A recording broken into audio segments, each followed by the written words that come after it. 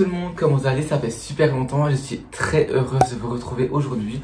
Je crois que je vais mettre ma caméra à l'autre sens parce que je regarde l'écran et pas la caméra, du coup ça fait trop bizarre. Vous êtes vraiment très nombreux à me demander sur tous les réseaux comment j'ai fait pour en arriver jusqu'à maintenant, comment j'ai débuté ma transition. Je sais que c'est un sujet qui est important pour vous, donc du coup je voulais en reparler du coup parce que j'en ai déjà parlé dans des vidéos précédentes, puisqu'en fait c'est vraiment comment commencer la transition. Donc du coup je vais vraiment vous donner les instructions du début. Il faut savoir que ma transition je l'ai pas fait sur un coup de tête, ça a été longuement réfléchi. Vous êtes aussi nombreux à me dire sur TikTok: oui mais pourquoi t'as fait ta transition maintenant alors que dans C'est mon choix tu avais dit comment que tu voulais pas faire ta transition parce que tu te sentais bien en tant qu'androgyne, enfin personne androgyne en gros. Tout simplement parce que j'avais 18 ans, j'en ai 23 maintenant.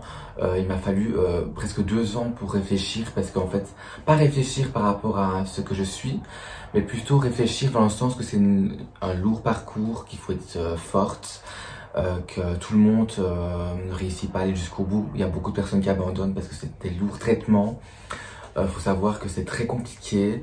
Et voilà, donc du coup pendant 2 ans j'ai réfléchi, j'ai pas baissé les bras, j'ai posé mes questions aux personnes à qui je devais poser mes questions et j'ai eu réponse à mes questions. Donc les questions c'était quoi? C'était genre si ça faisait mal, si c'était long, si c'était cher, si psychologiquement parlant dans ma famille, si j'allais accepter, si j'allais toujours avoir mes amis, si j'aurais toujours un copain, parce que bien évidemment au début je me dis oui mais je serais différente, j'aurais pas de mec. Enfin voilà, c'est tous des trucs qu'il faut réfléchir par rapport aussi à la société. Enfin c'est vraiment des trucs qui sont très importants à savoir. Donc du coup bien évidemment tout s'est bien passé et j'ai pas eu de désagréments par rapport à tout ça.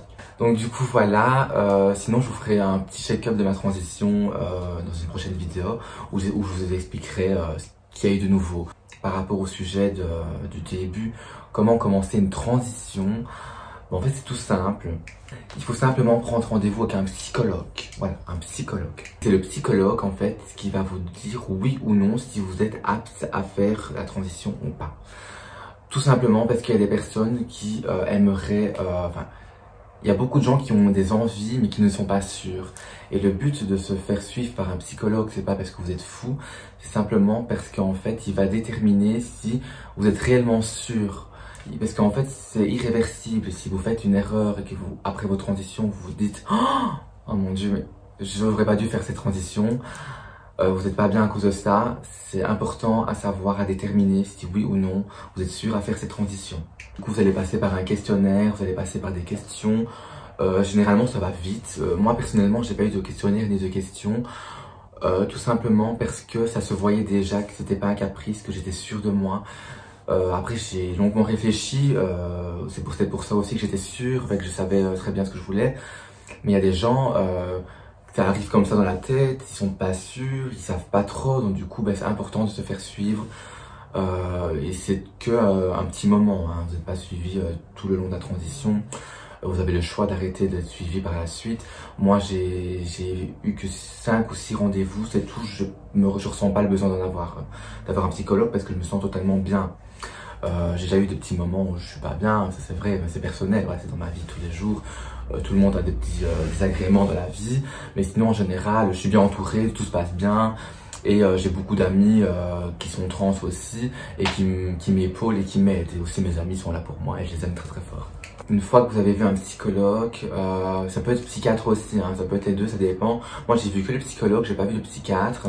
Il va vous diriger par la suite vers un endocrinologue.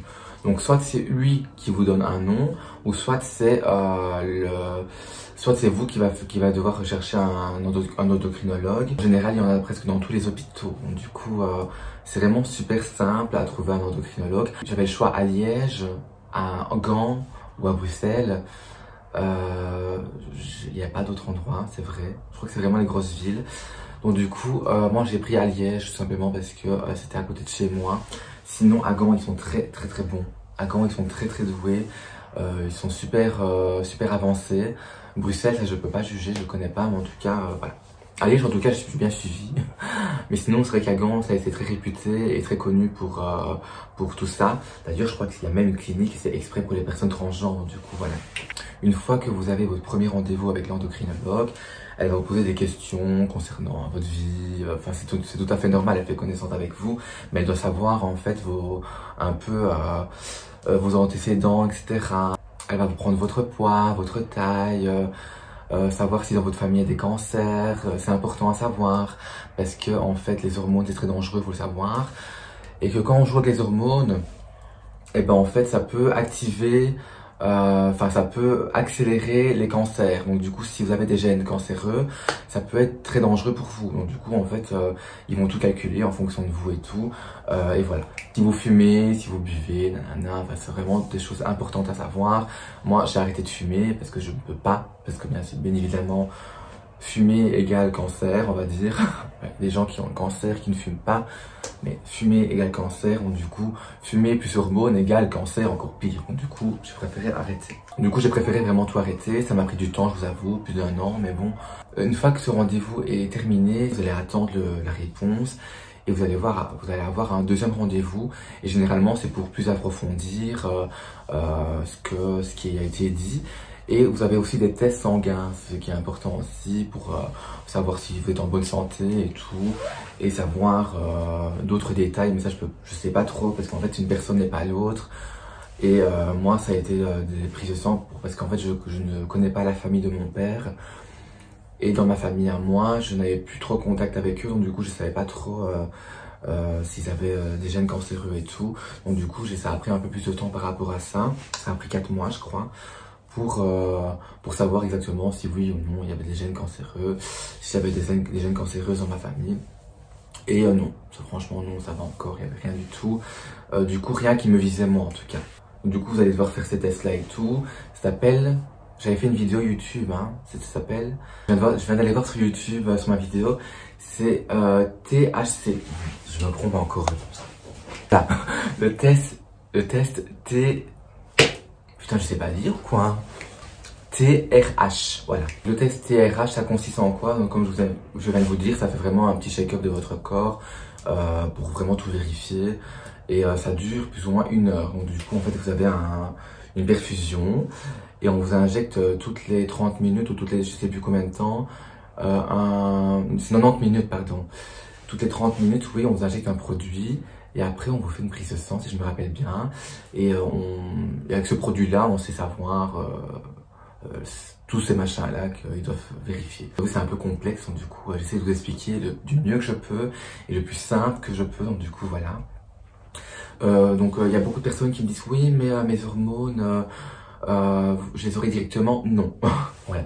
Ça c'est clair et net, vous n'avez pas d'hormones directement et c'est interdit et vous ne pouvez pas prendre des hormones comme ça parce que c'est dangereux.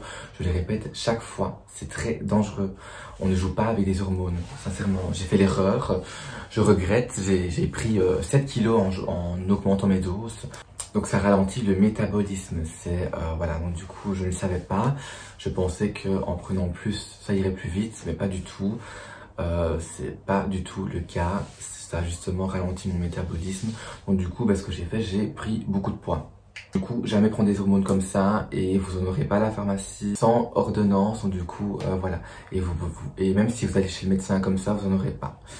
Le seul moyen, c'est de se faire suivre.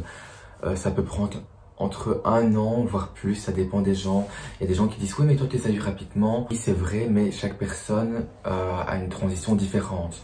Donc moi, ça peut prendre 1 an, comme l'autre, ça peut prendre 3 mois, comme une autre personne, ça peut prendre 2 ans.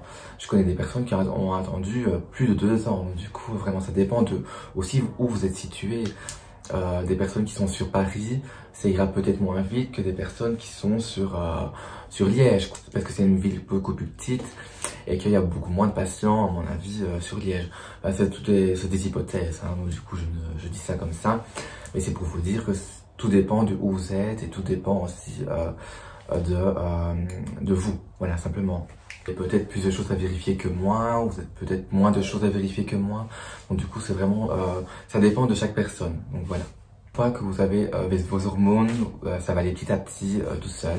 Vous allez être appelé quelques fois par moment à l'hôpital pour faire des prises de sang, pour vérifier. Ensuite, vos seins, si vous avez envie de faire refaire votre visage, n'importe quoi. Ça, c'est votre choix personnel, vous n'êtes pas obligé. c'est pas des seins ou un visage refait qui définit ce que vous êtes.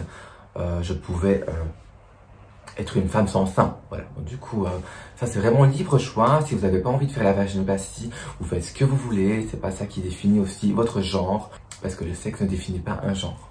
Vous êtes une femme ou un homme, peu importe le sexe que vous avez, vous êtes une femme ou un homme.